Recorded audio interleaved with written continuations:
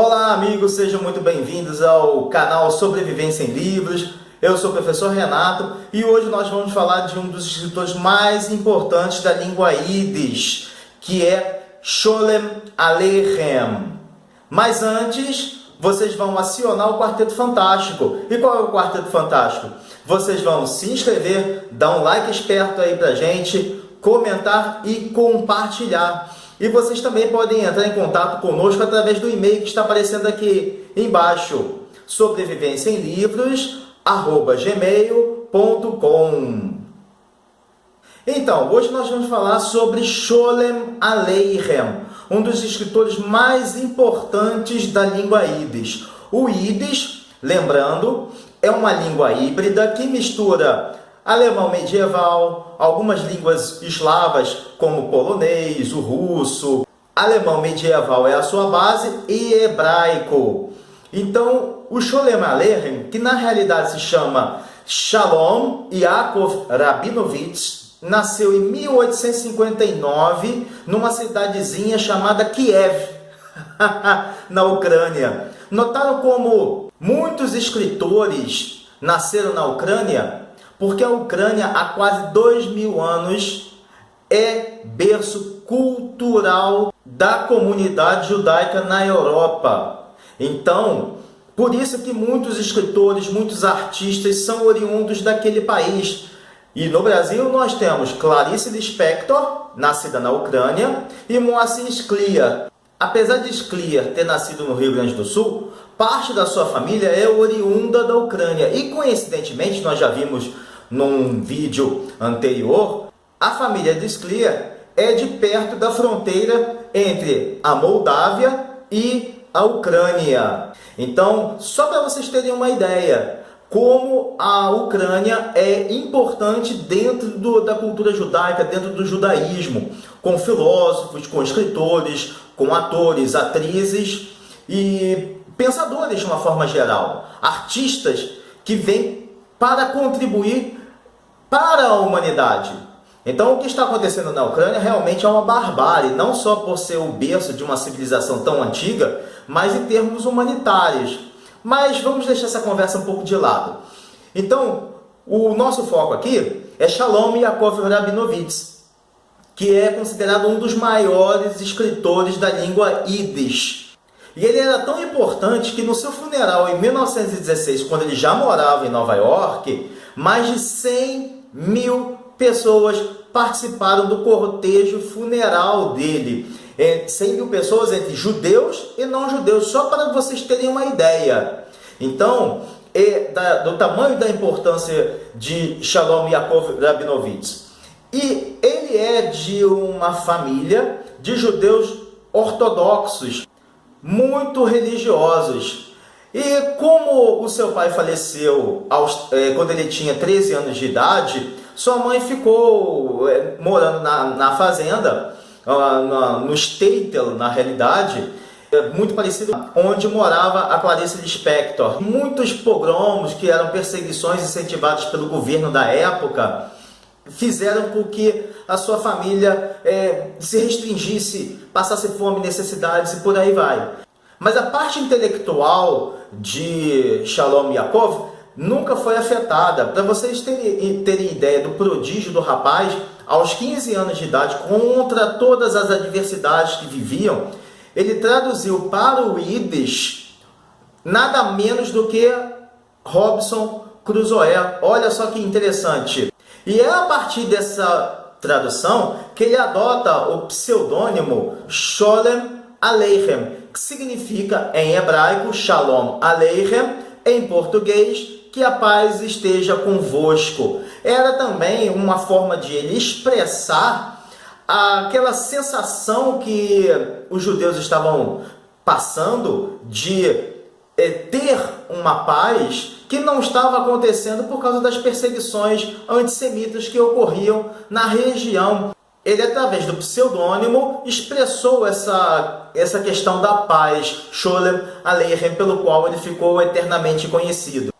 Ele era uma pessoa tão fora da curva intelectualmente que, após terminar os seus estudos em 1876, ele foi convidado por um rico fazendeiro judeu para que ele fosse tutor da filha desse rapaz, que se chama Olga Goldlove, para durante 3 anos ser tutor dessa jovem, dessa adolescente.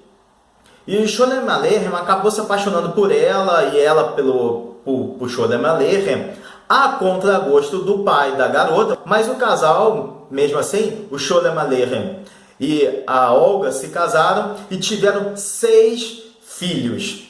Em 1905, os pogroms se intensificaram na Rússia czarista. Lembrando que a Ucrânia fazia parte, tinha sido anexada ao Império Czarista Russo, eles resolveram imigrar e saíram da Ucrânia e partiram para a Suíça. Sholem Aleichem deixou a sua família em Geneve e foi para Nova York. Estava muito dispendioso ele viver em 2 países diferentes. Então ele retornou para Geneve. Ele tinha a ideia de, em Nova York, conseguir um emprego para que ele pudesse efetivamente levar a sua família. Só que, quando Sholem Aleichem retorna, ele sempre viajava entre os 2 países. Em 1914, quando finalmente saiu a autorização para a imigração da família, o seu filho Misha tinha sido barrado porque havia contraído a tuberculose. Então a filha mais velha ficou com o Misha na Suíça, enquanto que a família foi para os Estados Unidos. O Misha começou o tratamento contra a tuberculose naquele país europeu. Ele veio a falecer em 1915.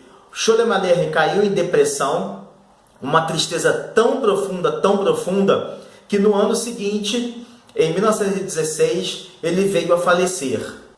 Mas como era o trabalho de Sholem Aleichem como escritor? Ele escreveu em russo, ucraniano um pouquinho menos e em hebraico, mas a base da sua literatura, a base linguística da sua literatura é o Yiddish. Entre 1883 até o fim da sua vida, em 1916, ele escreveu mais de 40 obras em Yiddish, tornando-se o principal escritor em 1890. Então ninguém mais tinha uma produção tão rica quanto Sholem Aleichem naquela época. E naqueles anos, o Yiddish era um idioma falado por mais de 95% da população judaica, que se concentrava no centro da Europa e no leste europeu principalmente. Claro que em outros lugares da Europa, como a Inglaterra, a Itália, a França, a Grécia, também havia comunidades que falavam Yiddish, mas em número reduzido se comparado com essas localidades, do centro ao leste europeu.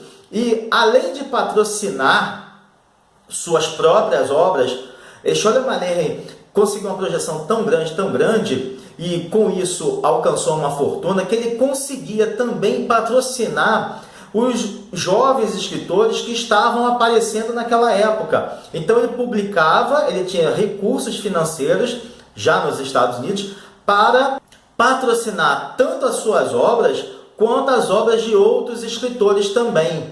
Então ele agia como um agente dessas pessoas, sem cobrar, apenas como tzedakah, um conceito judaico que tem por base fazer caridade, mas não a caridade no sentido de, ele é pobre, vamos ajudá-lo, mas não, de empatia, de ajuda realmente entre as pessoas.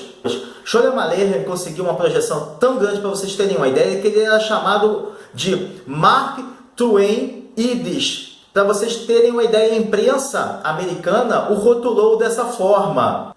Entre as suas obras de maior projeção estão Na América, que narra a história dele com a sua família evidentemente, América. Moshkele, o Ladrão, As Aventuras de Menachem Mendel, The Song of Songs, A Farsa Sangrenta, Estrelas Errantes. Mas nenhuma delas conseguiu superar o sucesso de Teve o Leiteiro, uma das figuras mais cativantes e doces da literatura judaica. Teve o Leiteiro originou em 1964, o musical da Broadway, O Violinista no Telhado. Um musical que se tornou filme em 1971 e é possível encontrá-lo em algumas plataformas de streaming. Recomendo a vocês assistirem esse filme maravilhoso que é baseado em histórias que os judeus passaram na Rússia czarista, inclusive a própria família do Sholem Aleichem. Sem dar spoiler, aqui vocês sabem que não tem spoiler, a história se passa na cidade fictícia de Anatevka, onde moram cristãos ortodoxos, representantes da igreja russa ortodoxa, e judeus. Eles vivem numa situação um pouco tensa, mas nada que possa criar uma inimizade entre eles. E essa cidade fica no Império Czarista Russo. Teve o doce leiteiro irritado, nervoso, contestador, muito tradicionalista, fala o tempo todo de tradition, tradition, tradition, é casado com Gold, que é uma homenagem explícita que Sholem Aleichem fez à sua própria esposa, denominando a esposa de Tev com o nome Gold. E eles têm 5 filhas. E Tev pretende casá-las, como era a tradição dos casamentos arranjados e tal. Só que as garotas se rebelam em relação a essas tradições. E Tev é muito pobre, ele mora num shtetl e tem um cavalo manco. As partes mais interessantes e encantadoras de O Violinista no Telhado são os diálogos incríveis que Tev tem com Hashem, tem com Deus, que ele o tempo todo questiona determinadas situações que nós humanos também questionamos. Ao longo do filme, esses diálogos vão ocorrendo de uma forma mais intensa. Uma das situações mais frágeis do filme é quando o czar promulga um decreto expulsando os judeus, como sempre acontecia, e eles partem para o exílio. Não vou dizer para onde o Tev pensava em ir com a família. É um musical belíssimo. O filme recebeu várias indicações ao Oscar. A trilha sonora é maravilhosa. Por motivos autorais, eu não vou poder colocar aqui para vocês ouvirem o tema principal do filme O Violinista no Telhado. Peço que vocês procurem, vocês vão reconhecer, porque realmente é uma marca do cinema americano. Na realidade, o filme é uma produção anglo-americana. É um filme rodado na antiga Iugoslávia e nos estúdios da Inglaterra. Vale a pena vocês verem o musical, é muito maravilhoso. E vocês vão ver os embates que acontecem o tempo todo no filme O Violinista no Telhado, que é estrelado pelo ator israelense Topol. É fantástico o filme. Recomendo a vocês a buscarem o livro de Sholem Aleichem ou assistirem ao filme Um Violinista no Telhado. É uma obra espetacular. Ficam as recomendações, busquem os livros dele para vocês conhecerem esse autor maravilhoso. E um grande abraço para vocês. Shabbat Shalom, Mevorach. Um bom fim de semana a todos. Valeu!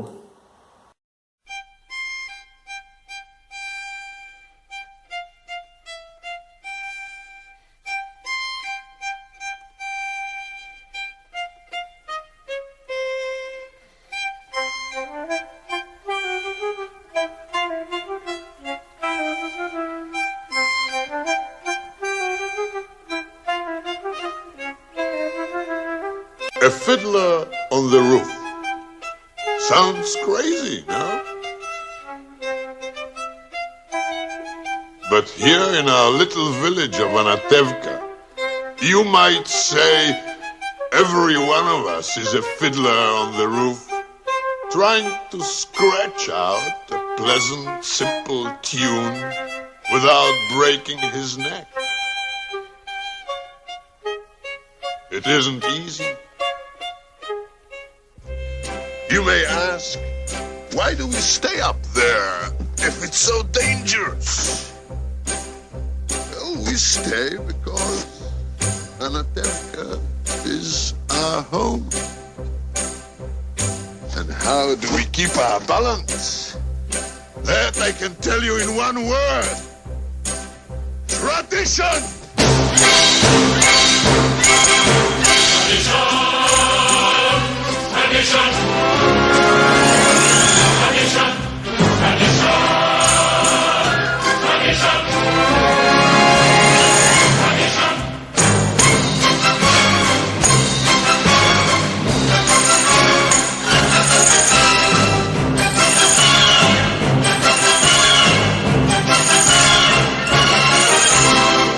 Because of our traditions, we've kept our balance for many, many years.